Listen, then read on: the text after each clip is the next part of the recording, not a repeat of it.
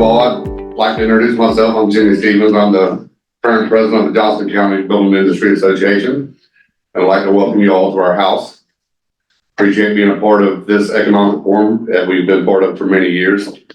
I'd like to also recognize a few distinguished guests. Representative Penny.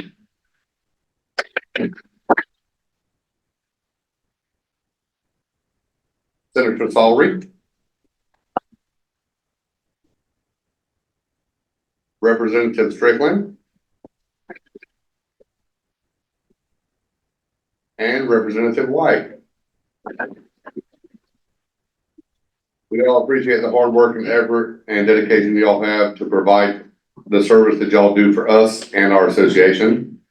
At this time, Mr. Earl Rowley, KS Bank. Y'all could clap for me too. And before Bonnie yells at me, there's a QR code up here on the screen. If you'll scan that with your phone, it has all the slides that you'll see in the presentation. Well, good morning, everybody. Thank you for coming out on this morning. And before we go too much further, it would not be right if we didn't thank those who put all this together, because I'm sure a lot of you want to get out the door. But from our staff, Haley Daltrey helped put this together. Carol Stevens, where's Carol? Everybody went with Carol. And Miss Bonnie White with the realtors, Carol's with the home builders. And we want to thank Cleveland Draft House for the breakfast that you've had this morning. Can we give all of them a round of applause? In case you hadn't heard, you hadn't seen anything on social media, KS Bank is celebrating a milestone, and we're very proud of that. We're celebrating 100 years in business this year. And so we're we've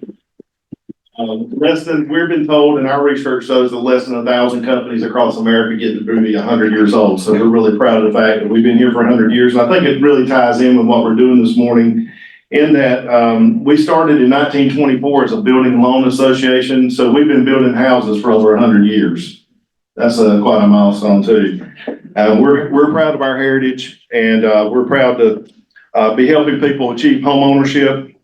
And since about 1993, we've been helping businesses do their thing as well. And so we're very proud of that. And we have said it takes a village, it's been said it takes a village to raise a child. Well, maybe it takes a few counties to raise a bank. So we're now, we've been in Johnston County for over 100 years, but we're in 5 different counties surrounding Johnston County. And so we're going to be opening up our 10th office and done later this year. And so we're really thrilled about that. But we couldn't do it without community support. We couldn't do it without support of a lot of folks in this room, as well as our customers and certainly our employees. And so with that, all of those folks that are on the KS Bank roll this morning, wave your hand, stand up. There's a bunch of them in the back of the room. So we're glad to have our team this morning.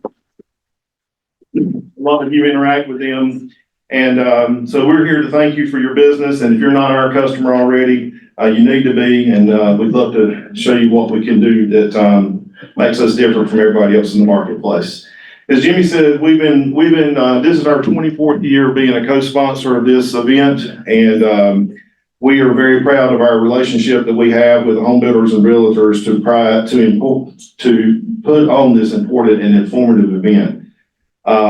This year's panel will be another year of highlighting the good things that are happening here in Johnston County and how these projects that are coming online will be transformative to our area and continue to propel our county and communities forward.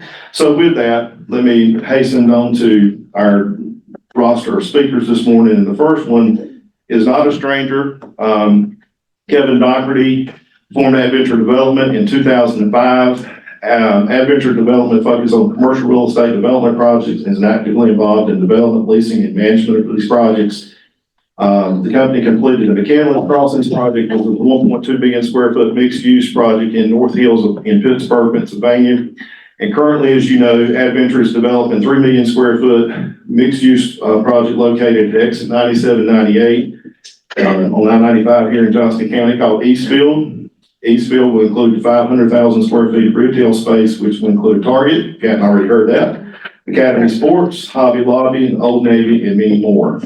In conjunction with Eastfield retail development, Adventure is developing Eastfield Business Park, They're also going to be providing us with another hotel. Spring Hill Suites by Marriott will be coming soon.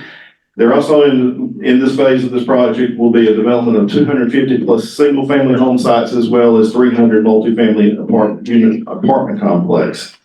Most of you are very familiar that of the Old North State Food Hall and the co-working space is a part of the project as well. Prior to forming Adventure Development, Kevin was the founding partner of Michael Joseph's development company in Pittsburgh. He began his career in 1982 as a mortgage banker with Gary Kramer and Krause Associates of Pennsylvania. He's a graduate of John Carroll University, and he serves locally on many boards, and he's a member of the Deer Valley YMC Camp Board, Research Triangle Partnership Executive Board, Johnson County Economic Development Board, and an International Council of Shopping Centers. So without any further delay, let's welcome Kevin and Doherty to the podium.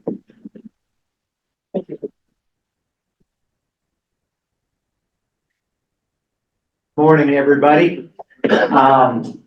I'm hoping that I'll be able to deliver something to you that, Earl is tall,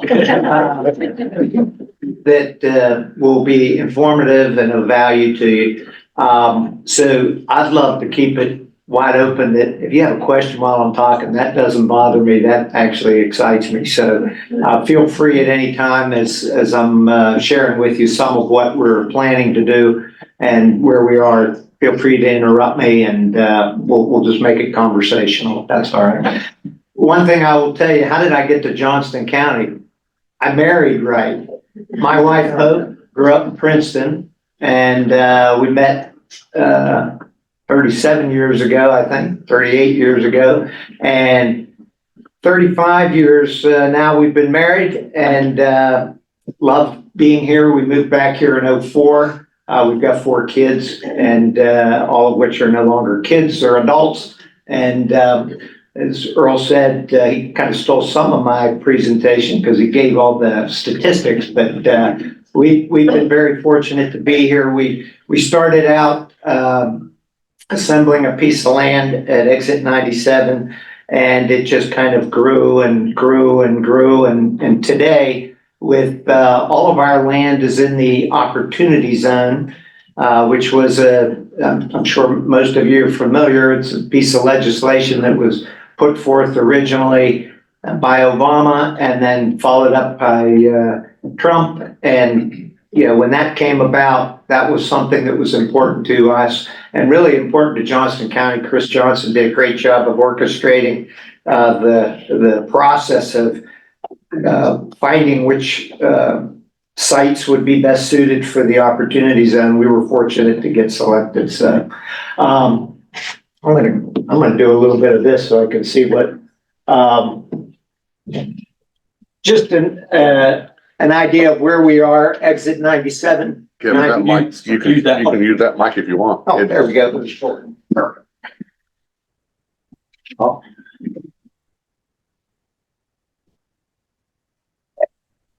All right, let's see. So exit 97, which I'm going to go back to that and figure out where the pointer is.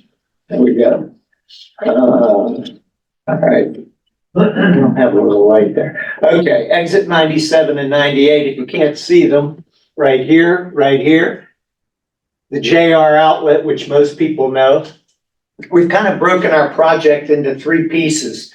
We've got a commercial piece that's at the exit 97 portion. We've got the business park piece, which is east of Fire Tower Road and south of the 6 rail line rail storage, which is along the Selma Pine Level Road. And then the residential piece, which is south of 70A, along Fire Tower Road, both sides of Fire Tower. So as Earl mentioned, we've got about 500,000 square feet of retail plan. Currently, what you see happening out there is dirt being moved to what we call Block C, which is about 52 acres. We have put in Providence Boulevard, about 3/4 of it, and that will be completed over the next 6 months. But that 52-acre tract, if you drive on 70A and you look right to left, the big building on the right is Hobby Lobby, and going from right to left would be Old Navy, Ulta, Burlington, Marshalls, Five Below, Ross, and then the pad that's sitting there, completed but no building yet on it, is the Academy pad, and then between that pad and Robin's Nest will be where Target sits. Along the interstate, above the word mixed use, is where we'll have several outpads, commercial restaurants. We will have, unfortunately, another bank, and it's not KS,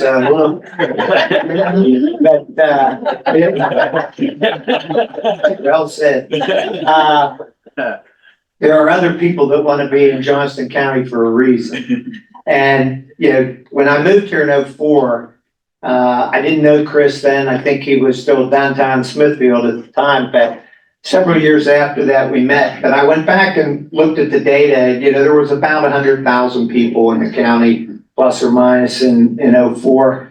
And actually, when I started dating my wife, I think it was like 60, 58 to 60.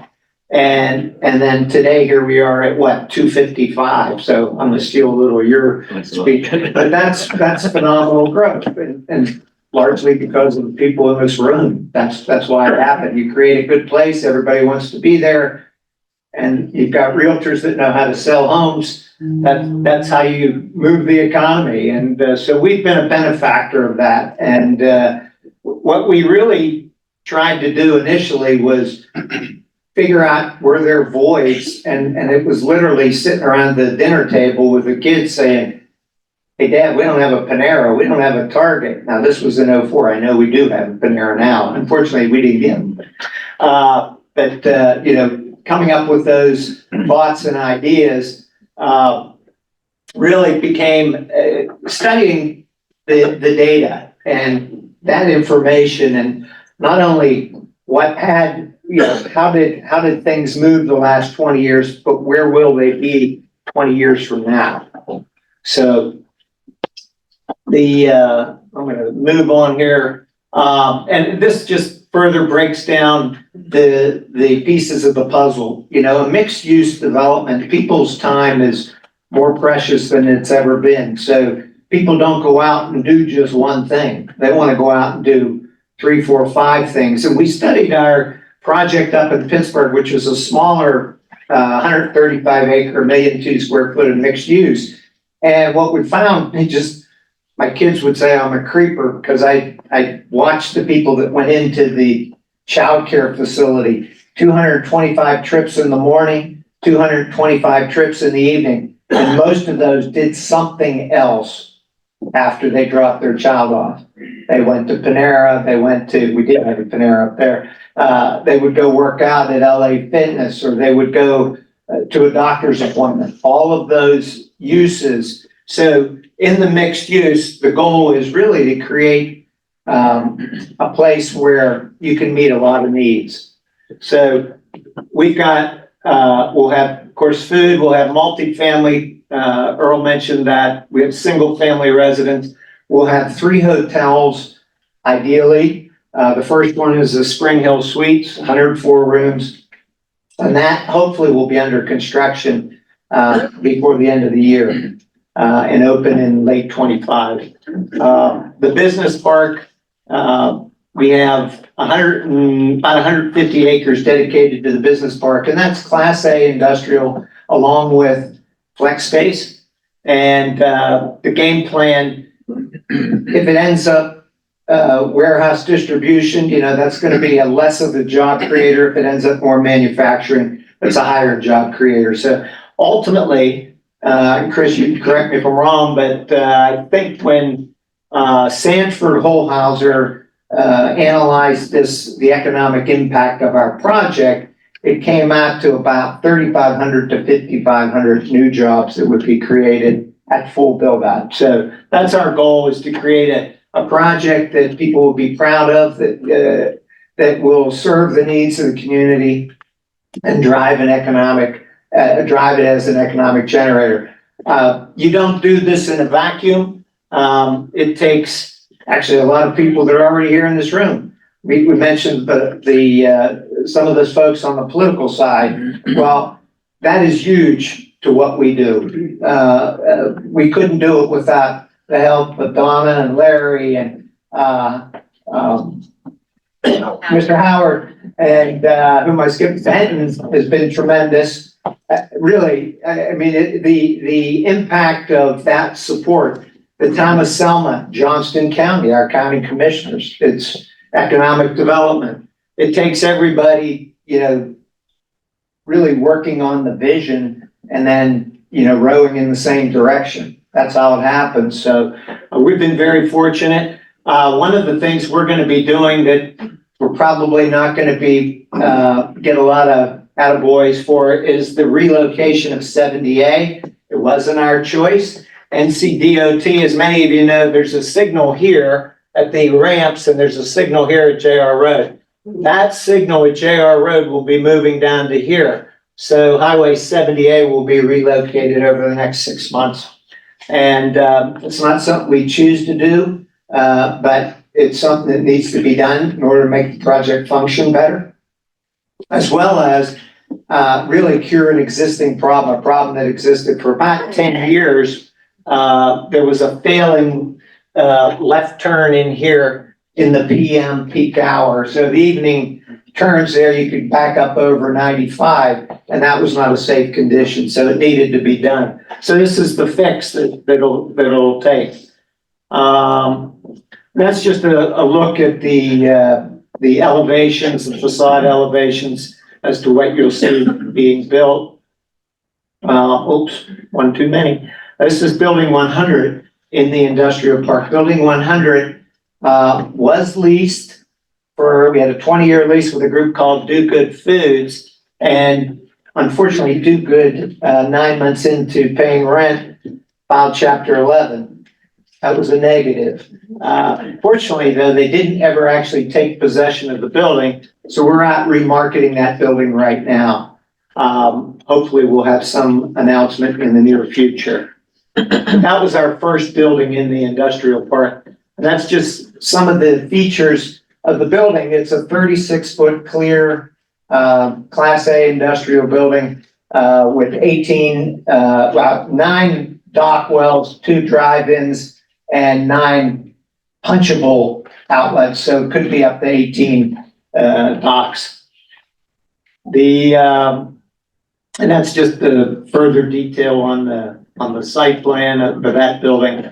One of the things that this slide shows is the proximity with Highway 70 becoming I-42 and I-95, the logistical value of our site. Our site sits, or really in Johnston County's value, we sit at the midpoint of I-95, 822 miles south of Portland, 822 miles north of Miami.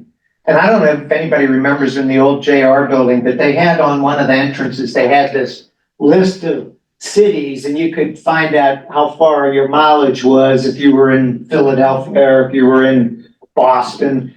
And I pulled that off the wall when we bought the building because I kept looking at it thinking, this is really important. So we looked at I-95, and there's about 96 million people that live along the corridor. That being anybody within 75-mile radius will use it. And some people on the east side, they'd be living in the water because I-95 runs parallel, but that's a lot of people to serve. So our goal with our project, one, we want to glorify God in what we do. I mean, that's why we're here. But we also want to serve our community. We also want to meet the needs of those coming into our community. So the thought of how we can, we're going to get a shot at them a couple times a year. Snowbirds. We've had requests for people that want, would we build a horse hotel? Well, I didn't know anything about horses, but there's a lot of horses that move up and down 95. seasonally. And, you know, so we have an opportunity to connect with a significant portion of our population. So we want to make sure that what we do is something for everybody. This is just kind of a further breakdown of we've had to break it down into blocks because 435 acres is a lot of land. And we did it mainly for ourselves so we could organize it better within the office. But if you hear me, I was talking about Block C. I'm going to get good with this control eventually. Block C right here, you know, that's kind of the first piece. This blue line through here is what we call Providence Boulevard. Providence Boulevard, actually, it's about 2 miles, about 10,000 lineal feet from 70A all the way back to 70A. So this is another 42-acre project that we're working on currently that would be a manufacturing facility. But we go through a lot of plans trying to figure out whether things can fit, whether it works with our plan or not. We do have rail on the top end. We've got a rail spur planned and potentially could have 2. And this is, you know, what we share. All the, you know, Johnston County, I think, correct me if I'm wrong, Chris, was the second busiest airport in North Carolina this year. Third. So, third? Okay. Charlotte and Raleigh. Yeah, I thought we had more takeoffs and landings than Raleigh did No. with the training. We'll take facility. third. Okay, all right. They're the busiest. That's pretty good. So for a lot of the private, you know, business to have a quality airport that we have is really an asset and something we're proud of. Oops, I'm going to steal Dean's presentation. So let me go back to with that. Anybody have any questions about Eastfield? What's been your biggest challenge?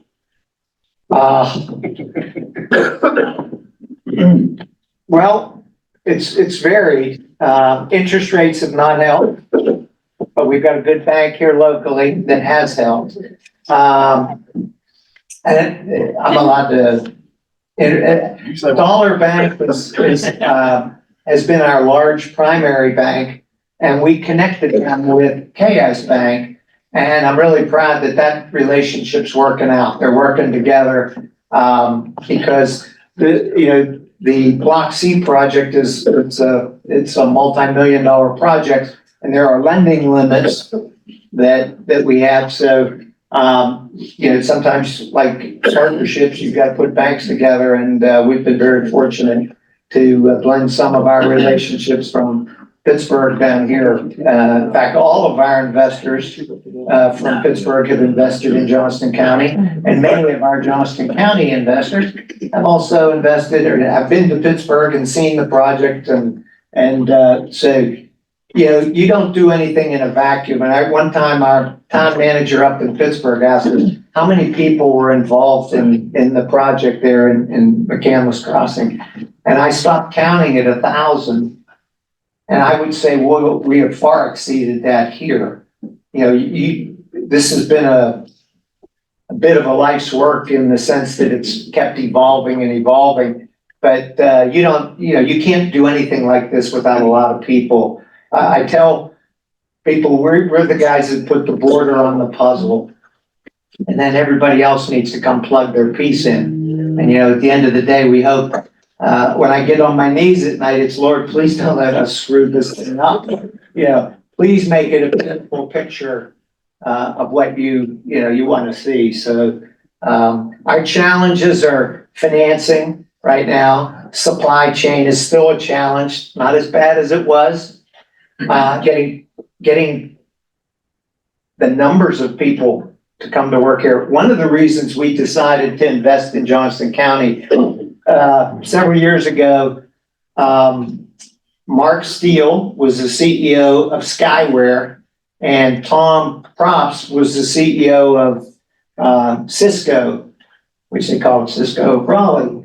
And interesting thing, both of them independent of one another, 3 months apart, spoke and said the same thing, that Johnston County had the best workforce they'd ever had. And Tom Props gave example that, you know, Cisco had 80 plus minus Cisco facilities around the US, and Johnston County was consistently number 1 and 2, you know, back and forth at the top.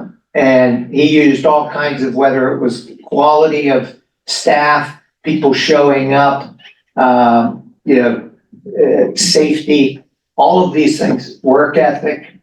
That spoke volumes to me, and certainly, you know, I had felt that anyway from the folks I had gotten to know through my wife's family and then ultimately living here. But to hear it from other people, that really reinforced it. The other thing was, you know, when we saw Novo and Griffles and the commitments that they made, you know, with billions of dollars invested in the county, that also spoke volumes to me that, yeah, this was an important place. And I think an important place in the country, not just our state, but really in the country to lead. And so I really appreciate those that are willing to lead. You know, this is a great time. I think Johnston County's future is really, really bright. Any other questions? Yes, sir. So what's the estimated timeline of the rollout of each section? Well, opportunity zone, the life of an opportunity zone is ideally 10 years in a day. But we're not flippers. So, we still own our project up in Pittsburgh. It's been 12 years. It took originally, I would say, to get where we were, 7 phases, 8 years. I think it'll move a little faster here. But we're still putting in roads, utilities, you know, the amount of money invested in the ground and the infrastructure piece is enormous before you see buildings pop up. And so ideally, you know, 64, so I'd like to, 72 would be great. So 6, 7, 8 years, you know, it really is market driven, how quickly things get absorbed and you know, how much interest there is and how fast. So, anybody else? Update on, can you give us any update on I-42, meeting 95? I know they had moved it to the south for your project, the laptop purpose. Do you have any updates recently about any of that? Not really an update, nothing more. Chris, you might have, but yeah. I don't have anything on timing. I think it all ties to funds and availability. Anybody else? Yeah, can you just very briefly speak to what other, I know you can't name names because you might not have leases, those things signed. Can you talk about what might else be coming in turning just the out partial things with your property? Well, I'd say, yeah, fast food restaurants, sit down, QSRs, you'll see banks, automotive, medical. I mean, the medical opportunity here is enormous. The facilities John, I want to be politically correct, but, you know, there's a need for more medical facilities than what we have. And in order, if your drive time, if you want a shorter drive time. So, you know, when you forecast out 20 years, how many more people will be here, there's even more need. So we've tried to make 200,000 square feet available for medical needs. And, you know, we've developed, in Pennsylvania, we developed 2 outpatient surgery centers, medical office buildings. Don't have those same medical relationships here, but other developers do. And we've tried to engage with those. You know, in Pennsylvania, we acted as kind of, we'll call it the gatekeeper, master developer, and brought in 5 other developers. We're already working with other developers around the triangle who are experts in their fields. We can't be an expert in everything. We're good in retail. We can do industrial. and hotels. The other disciplines are going to bring players that are smarter and better at that than we are. So. Anybody else? Thank you for the opportunity to visit this morning.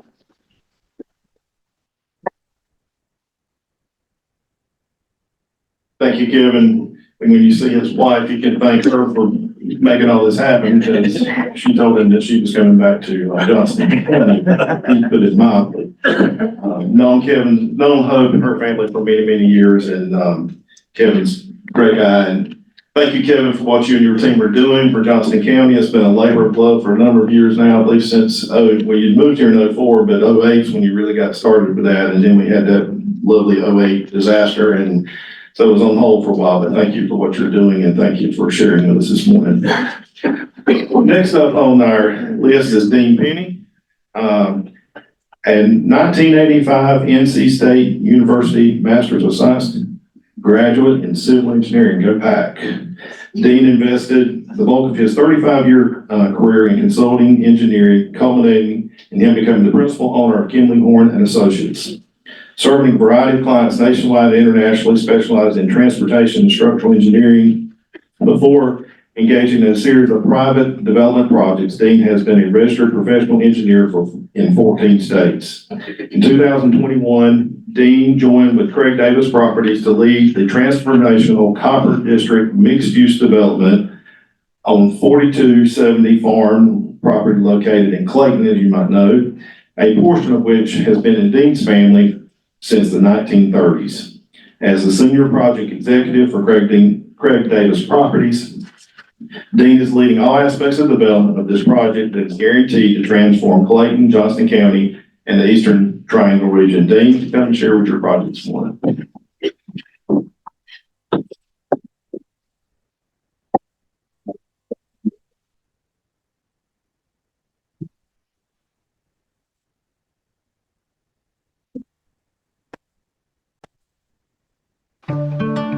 I think Clayton is a town with heart, and I think you feel that the minute you meet the first person on the street. I hear the same thing over and over again. It's the warmth and it's the love that you feel from the people who live here. I think the best way to describe Clayton, North Carolina to someone who's never been here is Clayton is a town that what was old is new again. So my name is Dean Penny.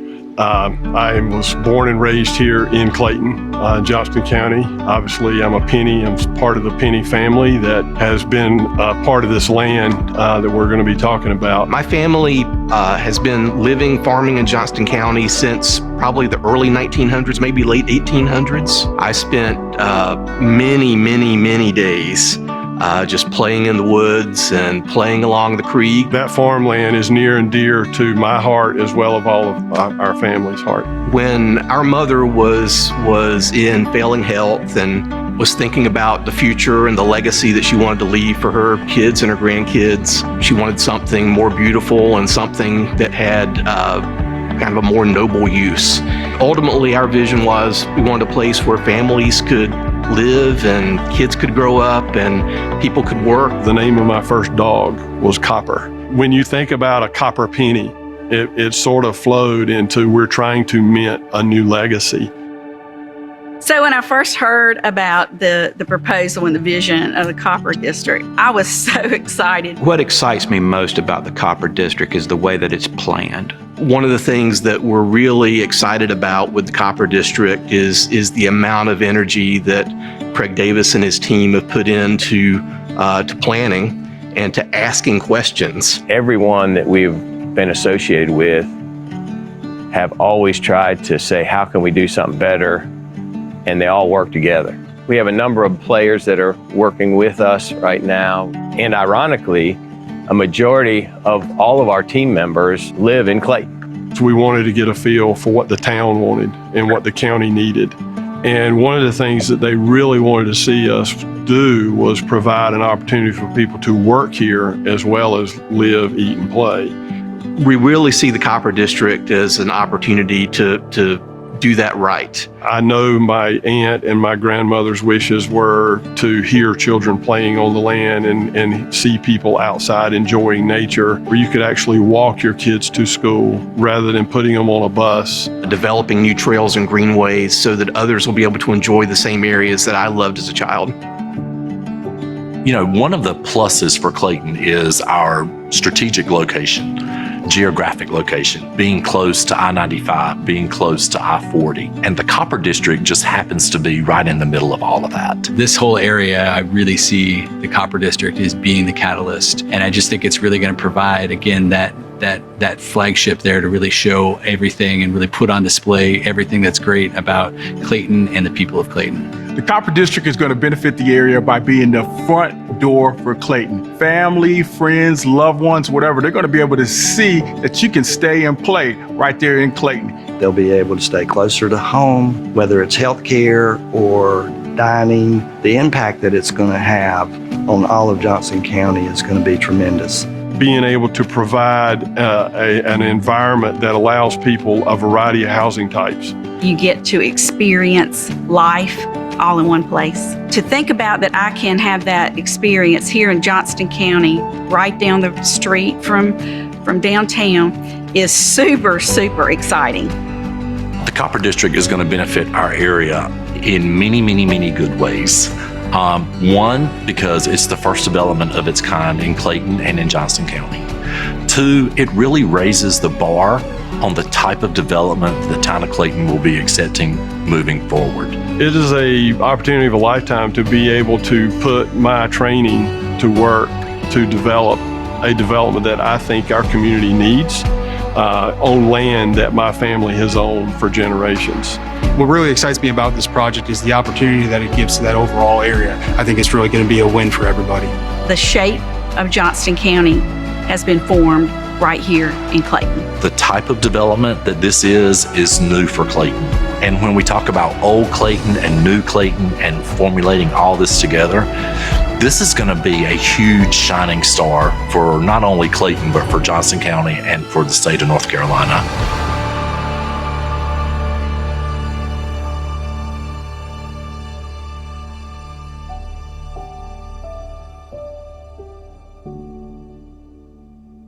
So something Kevin said hit home to me. He said, you know, he really puts God at the heart of everything they do in their development. And I told my wife about 5 years ago when I saw this opportunity coming that I could sit back and watch somebody else do it and not be happy with how they did it, or I could jump in and make all my neighbors mad. Which way we're not going to go, and I chose to jump in. So as the video states, this is a passion for me. I live right there, and I wanted to see something done that would bring something new and innovative to Johnston County. It is not only the front door or become the front door of Clayton, it's the front door to Johnston County right there off of the I-540 interchange. So I'm going to share with you just a bunch of images this morning that will give you hopefully a better feel for the types of things we're trying to bring with Copper District. This is a very complex undertaking. We currently have about between 150 and 200 acres that we've closed on. The Penny Farm was the first 70 acres of that. And at the time we initially envisioned this, our master planning and rezoning was for that 70 acres. And then dominoes started falling and we started adding land that I didn't originally envision being a part of this. And it offered us a chance to step back and say, okay, what does this really mean and what opportunity does it bring? And so the images you're going to see over the next few minutes are from projects we've gone and studied around the country that have different components and elements of what we would like to bring to Johnston County. And I think back to one of the first conversations I had with Jody, Mayor Clayton, was over the density and height of buildings. And, you know, if you look around the town and around the county, there's not much anything 3 stories or over.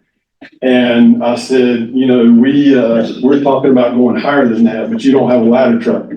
And he goes, well, we're getting ready to buy a ladder truck. And I said, well, how big of a ladder truck? He said, well, how high are you going? And this conversation just kept back and forth, back and forth. And ultimately, our original zoning, we're zoned for up to 10 stories.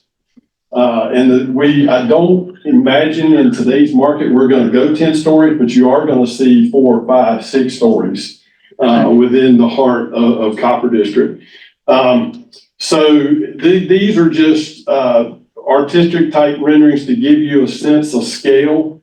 Our main street would have street level retail with either office or residential above. I don't know if any of you are familiar with Fenton in Cary. That's sort of the scale of what we're talking about. They have 1/3 of the land we do, just to give you a sense. It is a very complex undertaking, and one that we really don't want to take away from the charm of downtown Clayton. We want to be able to elevate and float the entire community and work in partnership. What I'm going to talk about, you're going to see us, I'm going to talk a little bit about Zone A, and then Zone B and C. Everything else is going to be ancillary to that, either future phases or catalyst phases for additional housing.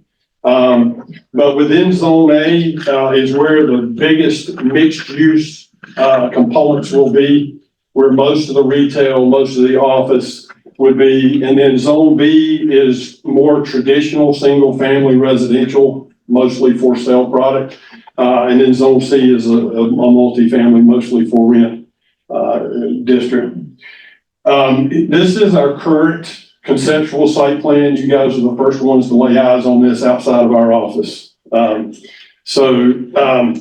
What you see in the yellow is envisioned as multifamily, most likely 4 to 5 story over 1 story of retail, all structured parked. Don't know that there's any multifamily in the county with structured parking yet. The red is retail. The purple is office. And then we are envisioning being able to, you know, obviously this is going to take phasing. So just within what's on the screen, there's 500,000 square feet of office, about 1,000 to 1,200 multifamily units, and 125,000 square foot of retail. Just to give you a sense of the scale of that. And that's all within about 70 acres. Zones B and C, again, Zone B is a little more traditional residential neighborhood. The closest thing I can give you to compare to is if you're familiar with Wendell Falls, it's that level of density on the homes. We feel like we're going to be able to connect better pedestrian bike ped paths because of some of the natural streams and ponds we have that we're preserving to be able to create the walkability not only within the residential but to the commercial pieces is what we're shooting for. We believe that the mixed use piece of this and the residential, the success of those pieces are going to be driven by how successful the retail is. And so we're putting a lot of effort and thought into the types of retail as well as the brands. And you could break retail out into a bunch of different things, but if you think of there's mission-based retail and there's experience-based retail. The mission is I've got to go to the cleaners, I've got to go to Target, or I've got to go, I'm going in, getting my stuff, and I'm out. Whereas experiential people are going to go sit down, hang out. And so we're going to have a combination of both within that mixed use. And we're trying to be able to have a broad-based, to hit a broad-based demographic, and work within the context of our overall development. So these slides are just going to give you, again, a sense of scale. We're hoping to bring architecturally a myriad of architectural styles that are somewhat rustic, with a base of, or a touch of more modern materials. The retail experience to us on the street, what it feels like as a pedestrian, is really important to us. Wider sidewalks, chance for outdoor seating, potentially some second level terraces overlooking those types of things, is what we're hoping. And there will be definitely some anchor pieces. Don't get hung up on the name on the grocery. That's just a picture. So we are talking to a number of grocers, and we do anticipate having a grocer within the Zone A. And then again, I talked about entertainment. We're seeing a lot of places now that there's the dog wag parks and those kinds of things. So we're going to figure out a way to incorporate that. And then again, there'll be some jewel box type retail standalone units within the appropriate places in the development. Again, to us, the success of the retail will drive the success of the residential, and the residential is going to drive success of the retail. It kind of goes hand in hand. So again, just sneak peeks of some of the images that we've seen that we liked, that we're working on incorporating into the development. As you move from Zone A across our primary pond and back into the residential neighborhoods, we're envisioning some transitional type housing. There are a number of models we've looked at and studied that we liked to create some high value townhome home types that are very close to the mixed use density, and then transition into a little more traditional residential out beyond that. So you'll see a variety of housing types. Our door gets beat down all the time with every national builder in the world. And we're really trying to work with local builders. And so we're in discussions with a couple now to look at the semi-custom / custom type product is what we're really looking for in that market. So, and you'll see a number of styles of detached homes as well as single family or townhome attached product lines. So within that same residential development, there's going to be community spaces. We are trying to preserve most of the ponds that exist there and then connect them with pedestrian paths, trails throughout. That was our initial vision for the trailway system throughout. And to give you a sense of scale, this is Corbett, Amia Church, 42, and then I-42, soon to be renamed Veterans Parkway. There's a number of different loops there that could create, I forget how now, it's you could get a 3 mile. It's 3.5 miles around, you get about 7 miles per week. Yeah, so, I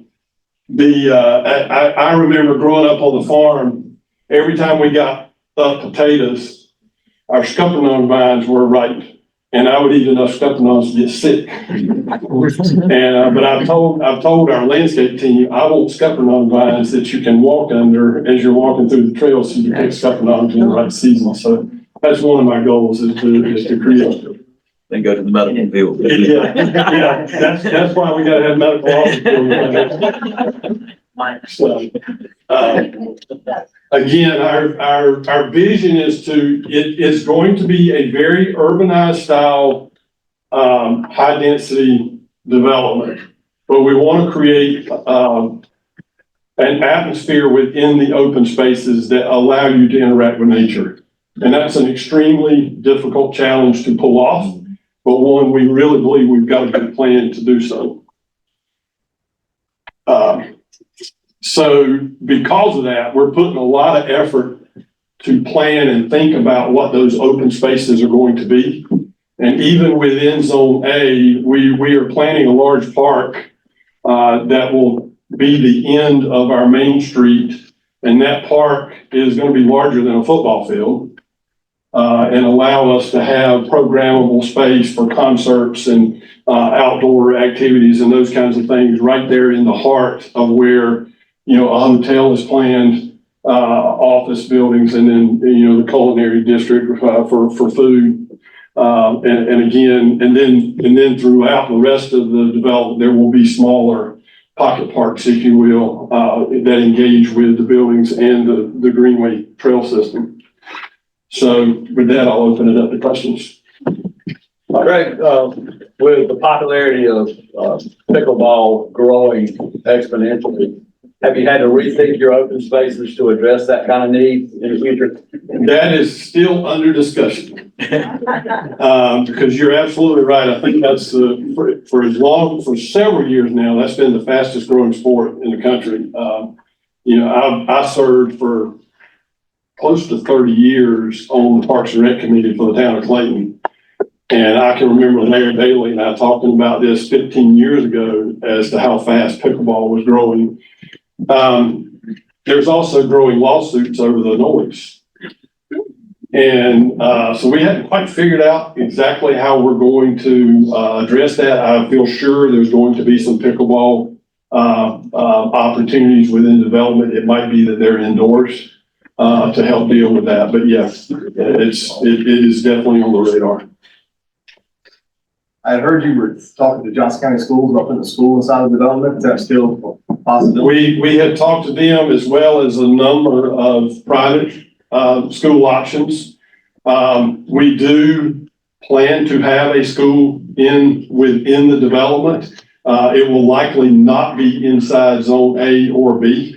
We've identified an area just adjacent to that on land that we have control of. That we hope to put the school there. And so exactly what that school is going to be is to be determined. But yeah. I understand the town is hesitant to give some dates as far as sewer capacity in that side of the county. How is that affecting your dates? Great question. Because the sewer and water capacity has been a question for everybody. But honestly, the town's meeting the dates we need. We got sewer commitments or allocation from the town of Clayton for the Zone A piece back in 21. And we got the commitments for Zone B and C in 22. Those Zones B and C were tied to the completion of the Sam's Branch plant. That plant currently is on schedule to be finished by the end of 25, which is ahead of when we will need it. So as of right now, I believe we will have access to the sewer capacity we need within our schedule. Thanks to funding that came through from the state legislature. I will tell you one thing that I'll put a plug in for both the legislative support and the town of Clayton. The Sam's Branch plant, that's a $300 million project, y'all. That is a huge project, and they're putting a tremendous amount of effort into planning. They're building that plant for capacity of today, or the day it opens, of 6 million gallons, but they're putting all the underground piping in that will allow it to be expanded to 10 million a lot easier in a few years after they finish it than if they didn't plan for that. So they are investing more money up front to make it expandable from 6 to 10 a lot easier. So kudos for our officials and agencies to be forward. Not always the case. Other questions? Dave, when do you plan to start moving dirt? That is the question of the day. I get that question every day, so thank you. We soon. It is, Kevin's kind of alluded to it in his talk, and I will tell you that has been our biggest challenge is Within Zone A, that will be our first phases of construction. We're investing between buying the land and putting infrastructure in. We're going to put close to $70 million in the ground before the first footing goes in. I'm going to let that sink in for a minute. $70 million got to be put in the ground before we can generate the first dollar. So being able to sell that vision to investors that don't live here and don't know North Carolina and don't know Johnson County has been a challenge, to be quite frankly. But we're close. We do have the first phases of infrastructure design. They're permit ready. Our contractors are lined up. And we expect we will break ground this year. We hope that's within the next few months. It is probably, and the next question I'm going to get is how long will this take? What you're seeing in those slides is about $1 billion worth of development over an 8 to 10 year period. It might go beyond 10. I'm 62. I promised Craig that I would stay engaged long enough to get this moving, but I don't think that I'll be working when it's finished. But it is, like I said, it's a passion project for us, and excited to see it come to fruition. Any other questions? Thank you. Al's telling me I should tell you, just for particularly for the realtor group in here, within Zone A and B combined, there'll be about 500 single family houses for sale. And then in the catalyst pieces you see outside of that, there's probably at least 300 to 400 more coming. So thank you.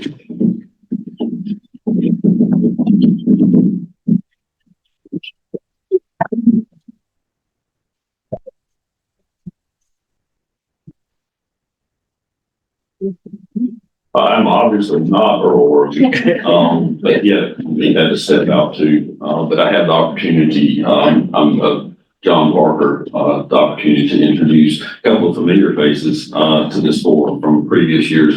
The first is Jay Shackelford. Jay is a partner with Shackelford and Associates with offices in Raleigh and Greenville. He owns the MIA and SRA designations from the Appraisal Institute and is a certified general real estate appraiser with 23 years of appraisal experience. Jay also has a is a licensed real estate broker and North Carolina Department of Revenue certified real property appraiser. He appraises a wide range of property types from commercial properties to large acreage residential properties to VA appraisals, in addition to county reevaluation service. Now, what his bio doesn't include is the fact that his organization produces the Shackelford report, and that is a report that our organization has relied on for many years. He helped us gauge the temperature of the housing market in the county. And last time I checked, I think it was 30 counties or so that y'all produce throughout the state. And if that's something that you do not currently access, I would encourage you to do that because it helps us gauge what the price point. We can see trends throughout the county. There's a lot of data within that helps us understand who we need to be lending to, the types of properties we need to be involved in, and hopefully stay on the forefront before trends start to become past history. So without further ado, Jay Shackelford.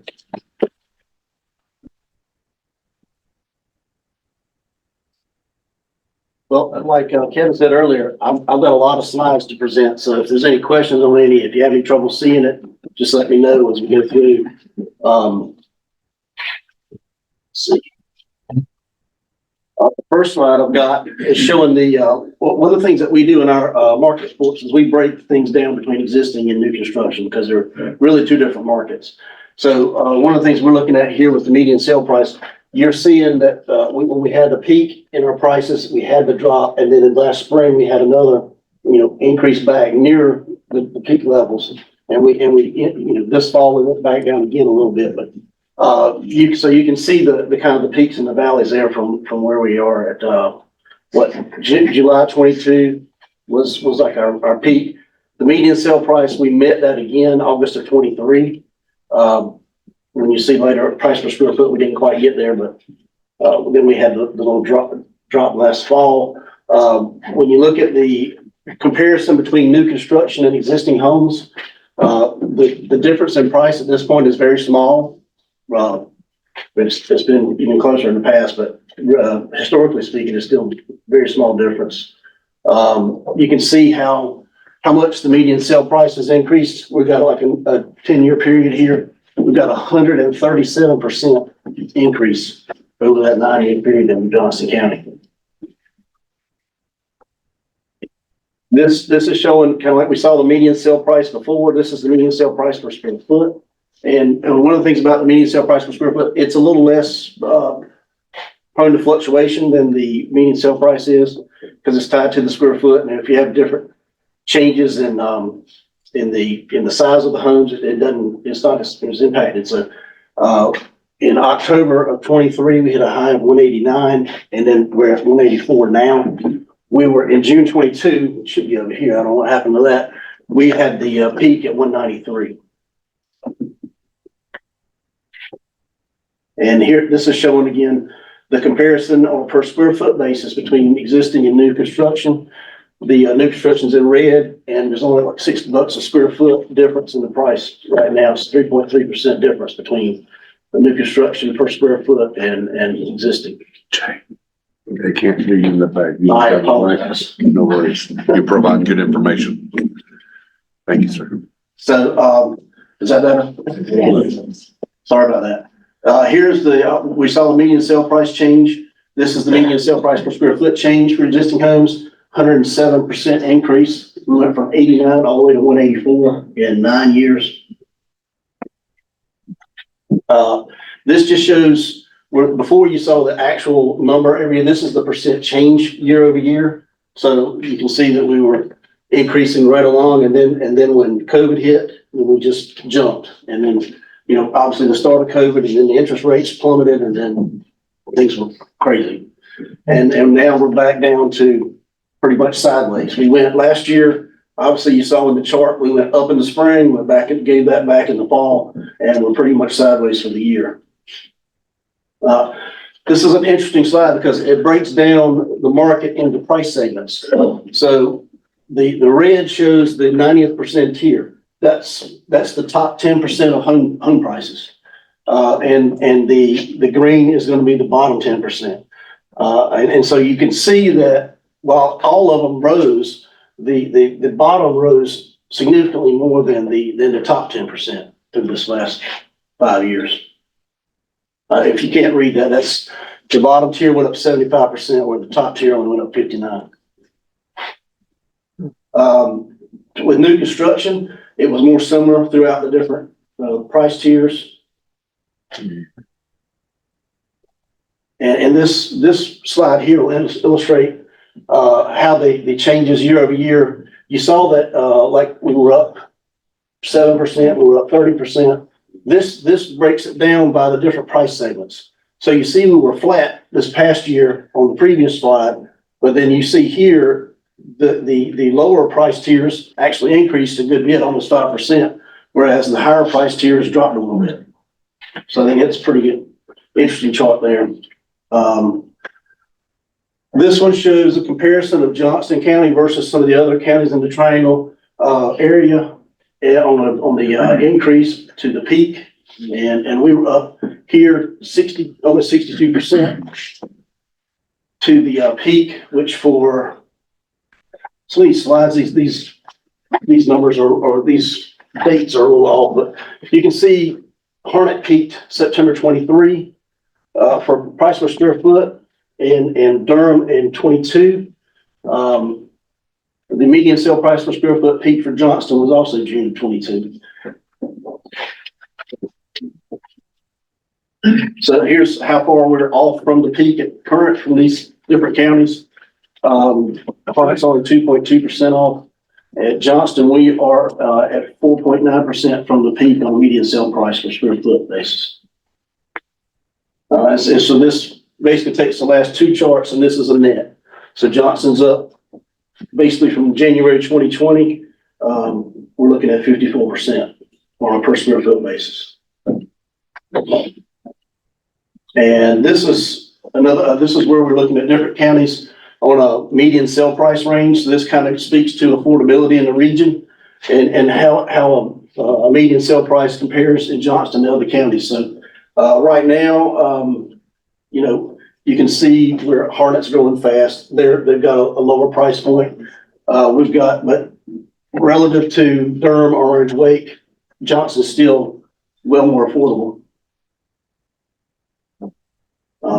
This shows our sale volume chart. You can see the gray is the monthly, and we do a T12 to take out the seasonality, but the gray is the monthly. You see big fluctuations. In the January, it's always the lowest, and the highest is usually June, July range. But you can see that it's certainly been trending down recently as the existing home market's kind of locked in place.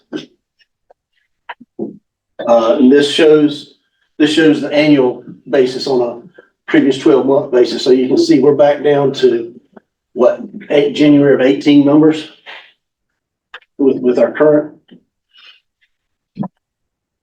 And this one is I've talked, this is the 5th year I've been here, and the main things that I always have preached are affordability and inventory levels. And when you see the inventory, this is basically, this is the sales volume, but it's basically, this is what is selling in the market. This is the price range that most everything's fitting into. And if you look at this chart, 67% of the sales for existing homes are between 250 and 450. Only just under 10% are over 500,000. And on this one, with new construction, 76% of the sales over the past 12 months were between 250 and 450. 48% between 300 and 400, and 12% over 500. And this is a different illustration of kind of the same thing, but it shows how it changes over time. And this slide is not supposed to be this crazy. It's just been a wild market. Usually you'd see something like this extended out, but you can see here that let's just take, for example, the 300 to 400 market was only 8% of the existing homes in February of 19. It's now 39%. And 49% of existing homes in Johnston County were under $200,000 in February of 2019. Now that number is 7%. It just shows how rapidly this market's changed. And the next chart shows the same thing, but for new construction. And on this one, you can see the 200 to 299,000, 200 to 300,000 market was 60% in February of 2019, now 13%. And of course, you can't find a house under 200,000 in construction. So we're at 0 on there. This shows our pending sales, and you can see we're at our low in December, January range. Every year, this is where we are now. Here's January at the bottom. We're picking up a little bit for the spring buying season already. But then you look at the same pending sales year over year when you compare it to the same month, and we're 16% lower than last February. But we're almost 34% higher than January, but like I said, 16% lower than we were this time a year ago. This chart shows the average size of homes sold for new construction and for existing homes. The new construction homes are 6% smaller over the last 9 years. We saw an increase as COVID came and the affordability, with the interest rates dropping, affordability got better. We saw bigger houses. And then as the interest rates rose, we started seeing smaller houses come on the market. So, that's what we're seeing on the homes being built. Here's active listings. We went through a year or a year and a half of almost no listings. It was ridiculous. So we're getting back to pre-pandemic levels on the active listings. Of course, that doesn't take into account the fact that there's a lot more houses on the market. I mean, a lot more houses in the county now. So we still have a lower percentage overall of the total housing base. But you can see here on that chart, we're back close to 17, 18 levels, but we're still not there. This shows the percentage of sales with list price reductions. Price reductions, percentage of original list price, these are all good indicators of how strong the market is as far as increasing. You can see when we were down near the peak, we only had like 5.8% of list prices had reductions before they sold. Now, and then contrast that with by last year, this time, we were at 60%. So right now we're at 42, which is much better than last year on that metric. And again, we were talking about median sale price to original list price. We use original because it can be dropped 6 times before it sells. So we like to look at the original list price ratio. At the peak, we were at 150%, 105%, and that's median. So that means, 50% of the sales were above 105%. So that's pretty incredible. Then we dropped rapidly down to where we were at 94% last year. We're sitting at 97% right now. So another metric that's a little stronger than last year. Median days on market. Again, another one that was, we just put it on the market and it sells right immediately, and then it spikes last year, and we got a big increase again, but not to the same level of last year. This is the months of inventory on existing homes. I thought, you see misleading headlines all the time. I thought this would be interesting. Months of inventory for existing homes are up 554% from June of 21. But good Lord, they're still historically extremely low. So that's the one thing that when we talk about inventory and affordability, if it was as bad as affordability is at the moment, if we were talking about inventory up here, we'd have a whole different market.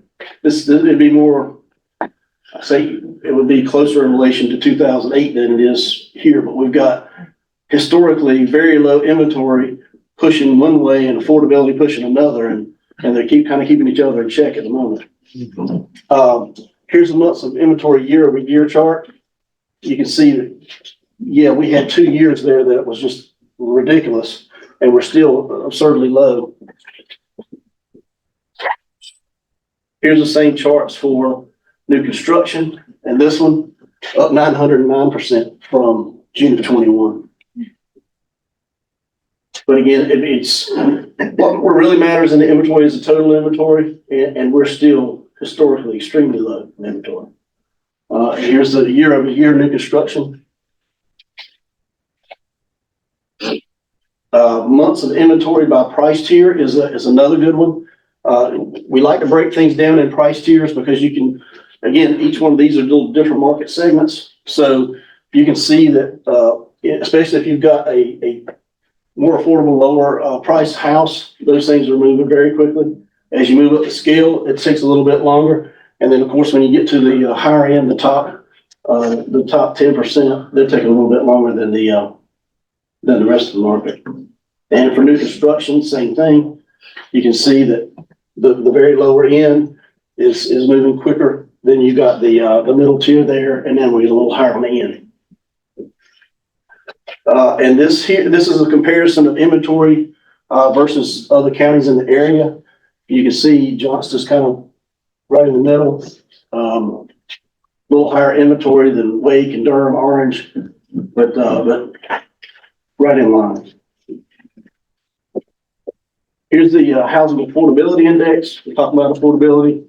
We got we peaked. That was around the end of November. No, actually, it was January 21.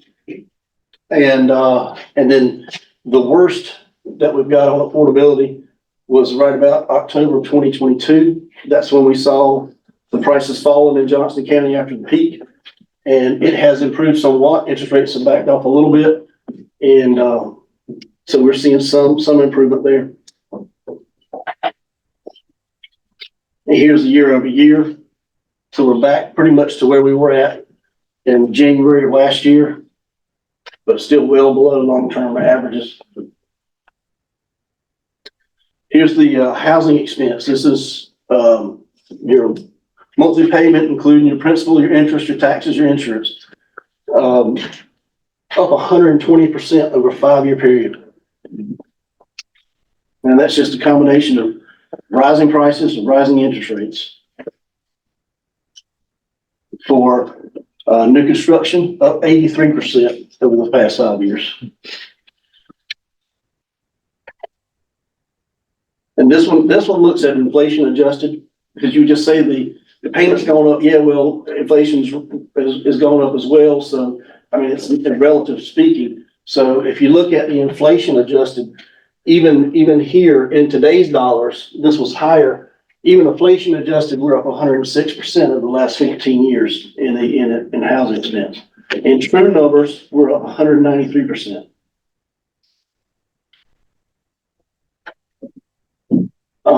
This is the housing expense ratio. That's the percent of income, median family income that goes to the principal, interest, taxes, insurance.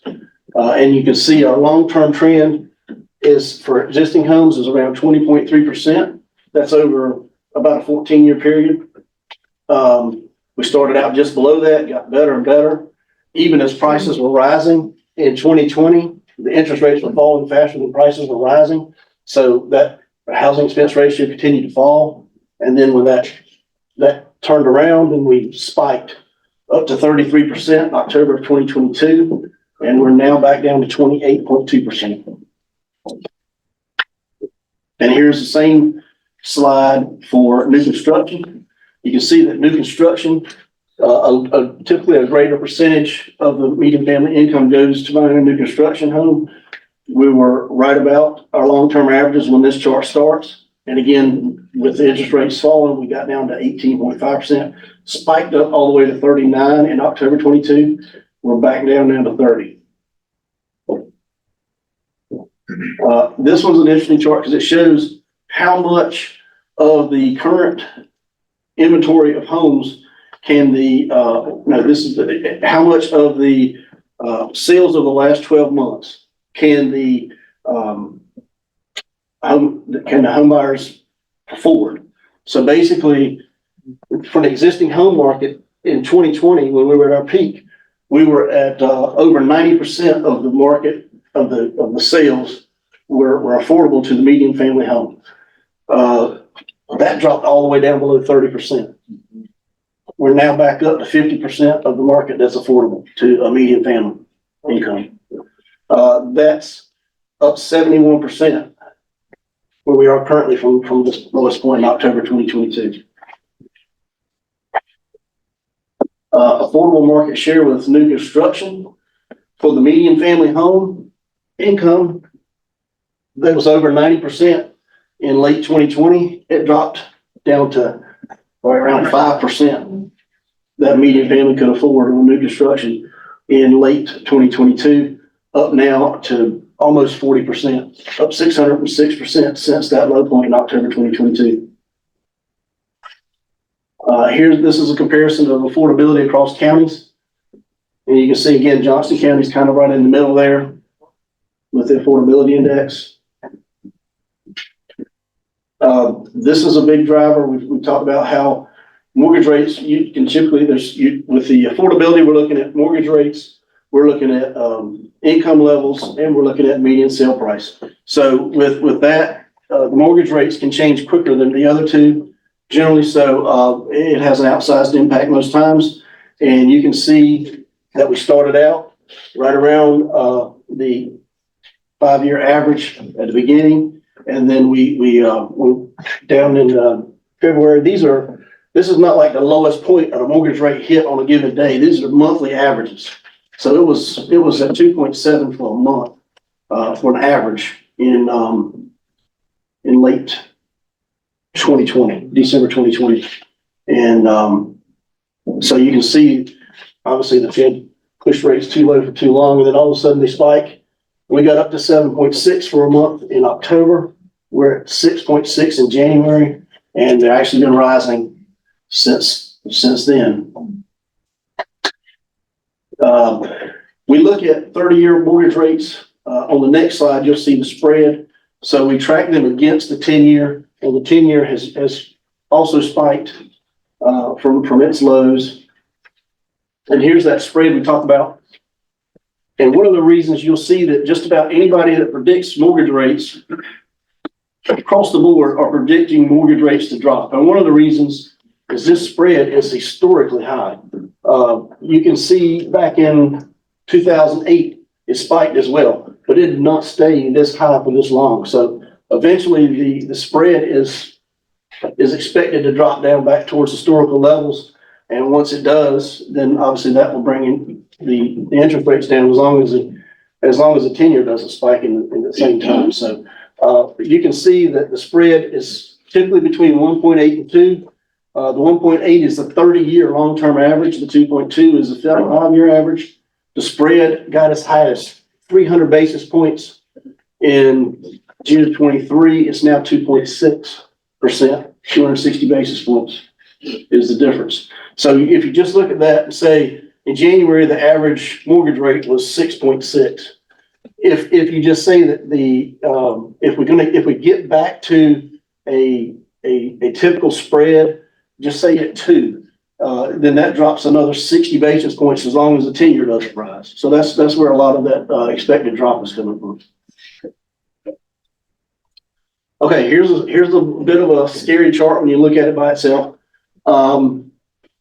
Basically, this table tells you at what mortgage rate, because the three things again, affordability is mortgage rate, median family income, and median sale price. At what point would each one of these alone have to change to in order to get the affordability level back to where it was pre-pandemic or over the last 13, 14 years? And if nothing else changed, just the mortgage rate for existing homes, it would have to get back to 2.78%. I don't think any of us think we're going to see that again anytime soon. The median family income would have to rise in the county to almost 170,000. That would be a 56% change over current, and the median sale price would have to drop. If the median sale price was the only thing, everything else stayed the same, the median sale price would have to drop 36%. You can see here, we take the median sale price and did a sensitivity analysis and just showed you how much it would have to change at various interest rates. So you can see if it got down to 5.6, it's still 29% overpriced based off of past years affordability levels. And here's the same thing for new construction. And you'll see it's not nearly as bad as the existing. And that's because a greater percentage of the median family income typically goes to the new construction. So these homes and the new construction prices, as we showed earlier, are very similar to the existing home prices at this time. So that's causing this to say this is not nearly as overpriced. The new construction is not nearly as overpriced as existing homes. The one thing I'll mention about these charts and tables is this is basically in a vacuum. It's not going to happen that way. So if you look out right now, if you just look at it, if you said median sale price for new construction is 22% overpriced based off of the last 14 years of affordability, you're saying if you have very low inventory levels like we have right now, you've got pressure against prices dropping. If you had very high inventory levels, there would be a large impetus for prices to start dropping. But most likely what happens in this scenario with the low inventory and the low affordability is that, there's no crystal ball, but the most likely scenario is that we end up going fairly sideways for a couple of years as mortgage rates fall and incomes rise. And then we may have a small drop or a small rise in the median sale price in the meantime, but we won't see any more huge spikes in median sale price. We're more likely to kind of, rather than a large increase or a large decrease, we're more likely to see sideways movement over the next few years. And that may mean the prices increase a little bit in the spring, give those back in the fall, like we did last year. But that may be what we see in the next few years as we get back to more closer to affordability. And to be quite honest with you, I mean, none of these charts are perfect. Every chart, that's why we present so many to have a full look at the market. But I don't anticipate us getting back anytime soon to the affordability levels that we saw pre-pandemic. So, I mean, you can take that too and say, well, that's a little inflated because we're not going to get back to that affordability level, but we need to get lower than we are now.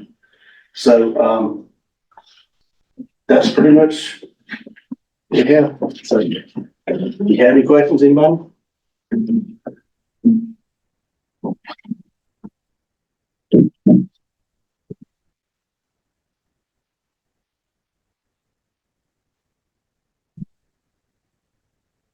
Thank you, Jay. Jay actually comes once a year to give us this snapshot.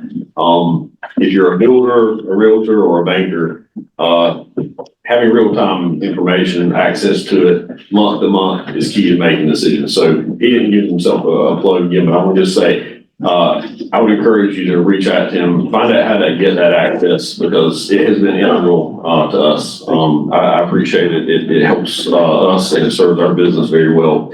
Our next speaker is Chris Johnson. Don't worry about it. Everybody knows me. Well, I want to say this really clear. Listen, I'm away from, I just want to add this. During Chris's tenure here, he's directed over $6 billion and expanded industry investment and over 4,000 jobs in our county. So we have a lot to be thankful for to have somebody of Chris's caliber here. And thank you for what you do. No problem. The one that can talk the most, I didn't bring any slides or anything, so I'm going to be very quick.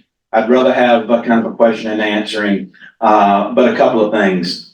People ask me, how's the economy doing? How's Johnston County doing? I says, as long as Raleigh doesn't disappear, we'll continue to do well. This is our decade as far as the triangle. When you think of what happened in Atlanta, Austin, Nashville, and Tennessee, those were the kind of the 90s, 2000 to 2010 decades.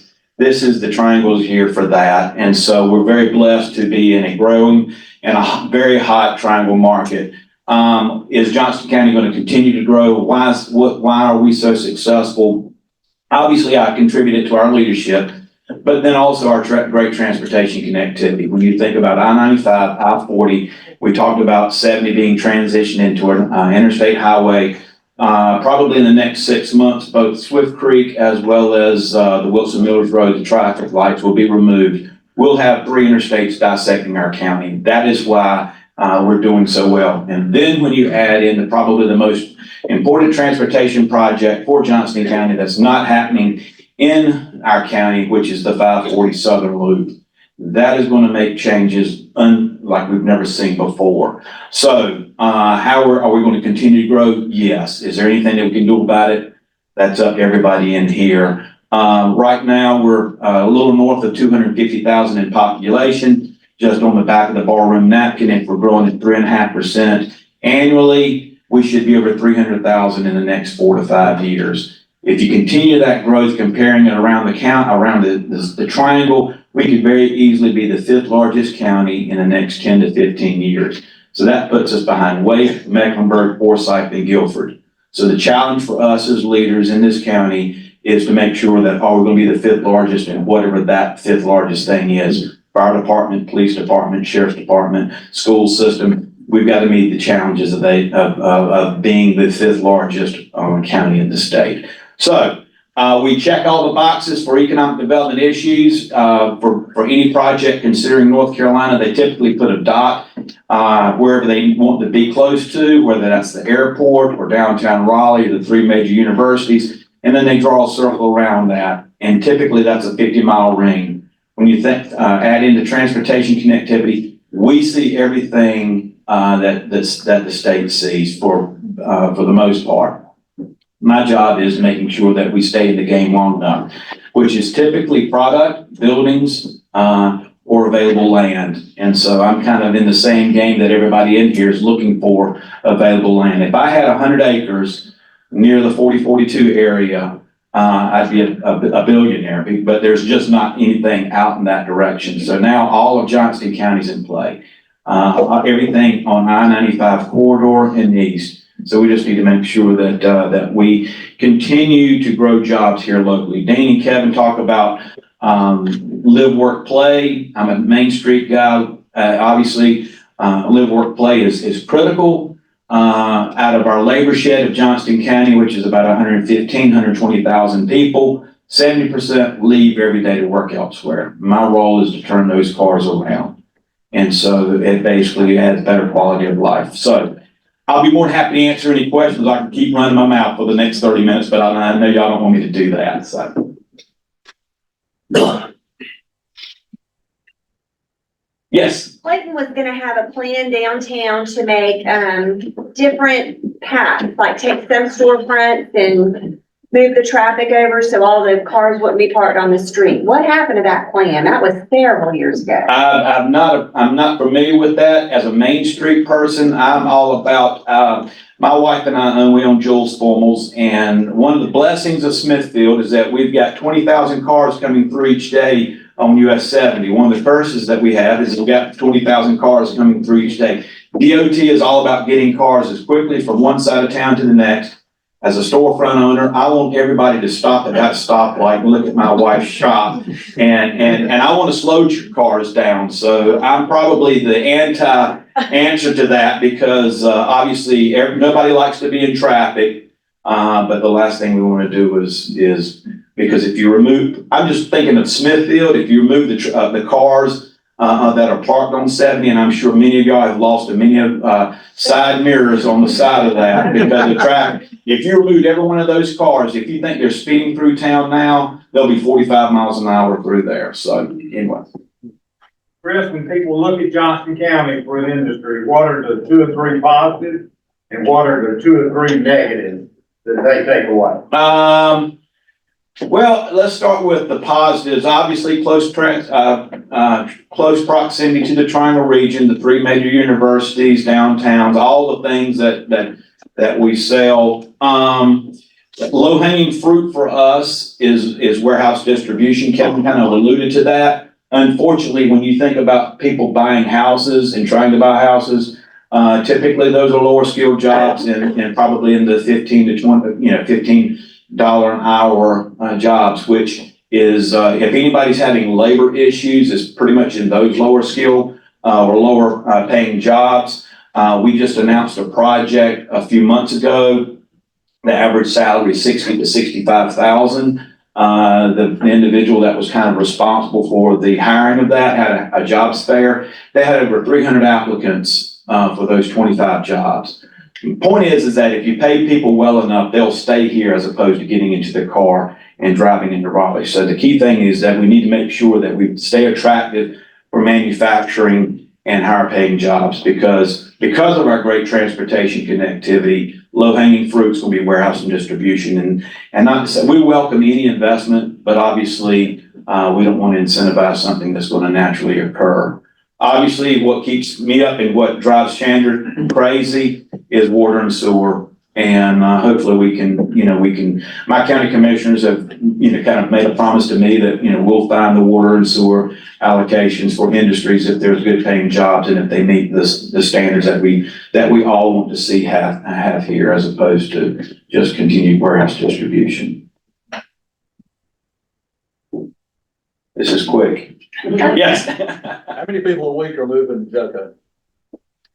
Well, probably between 10 and 12,000. I mean, just using the statistics there. So do the math, 50 to 75 a day. If my math somebody can quickly pull up their calculator and figure that out, but it's between 10 and 12,000 a year. And so divide that by 365, and there's your answer.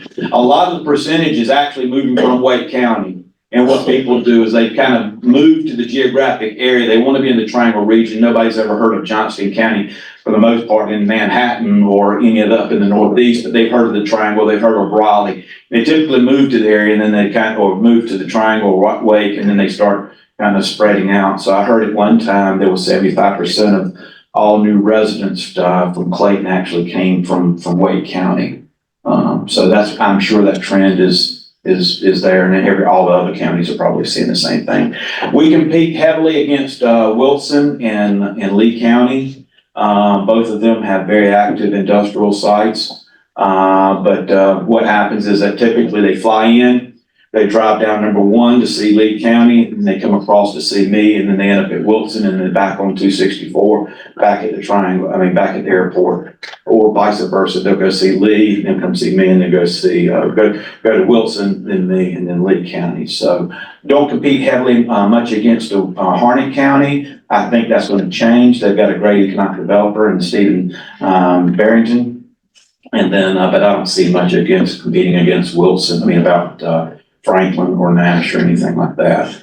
Obviously, we see every pharmaceutical company or expansion. So whether it was Amgen or Fuji, they were in Johnston County. Lee County's getting ready to announce another pharmaceutical. We were competing against them. I've got the EDP&C on call to tell me why did I lose that compared to that. So, but we've got a couple of big projects that are looking at Kevin's site, hopefully in the next 60 to 90 days, that we can have some big announcements here in Johnston County. We've got some product in Benson. We've got 500,000 square feet. It's brand new. We've got the A.L. Meyer building here in Smithfield that has had a lot of attraction, and we've shown that site to a lot of manufacturing as well. So, yeah, Sam.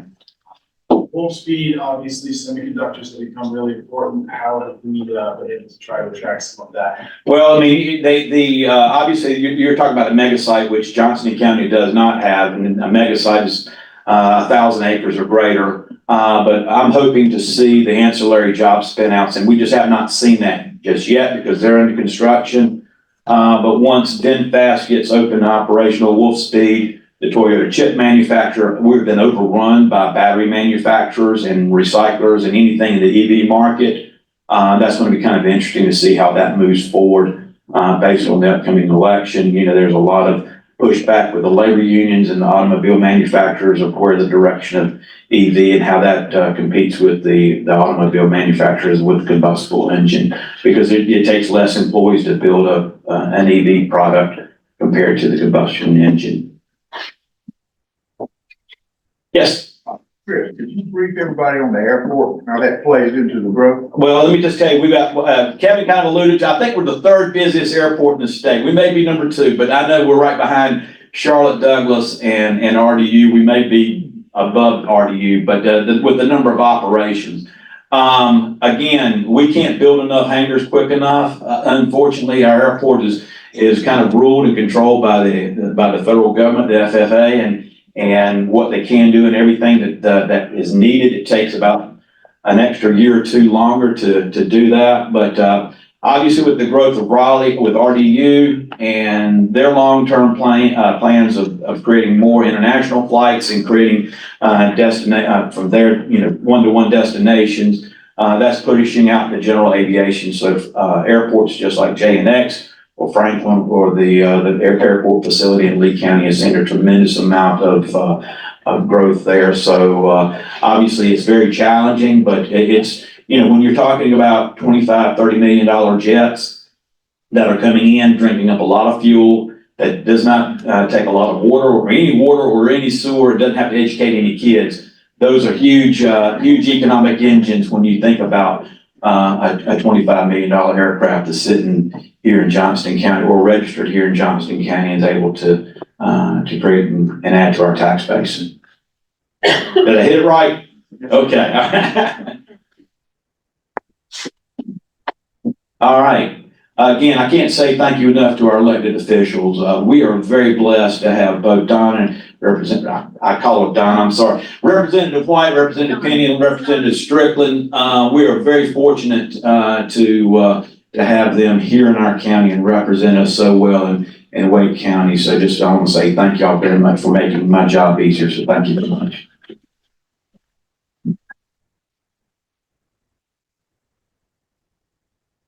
All right, let's have a pretty quick program. Get out of here a little earlier than we had planned and go back today. A special thanks again to Haley for helping to put this on. Carol, Bonnie, Cleveland Draft House. I'm not gonna have to get lunch today. That was very filling. You have to go to minutes too, y'all. Okay, thank you. Yeah, Yes, ma'am. Say the address, he covers, 6 precincts in Johnson County. Okay. Thank you, sir. Just in closing, I think, one of the things that hearing what was going on today, reminds me is, and the fact that we've been celebrating our 100 years, and I've been with the bank 18, so less than 20% of its life. Not even Harold was around when it started.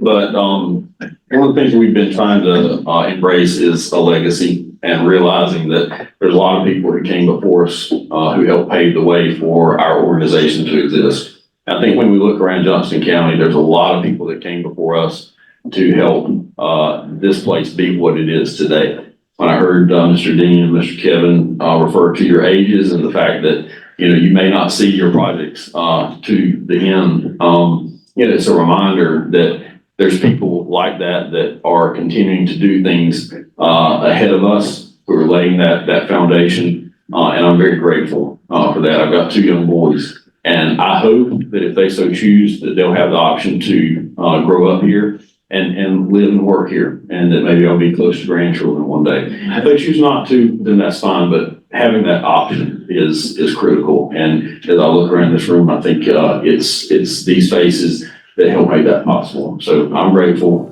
Thank you, and you'll have a good afternoon.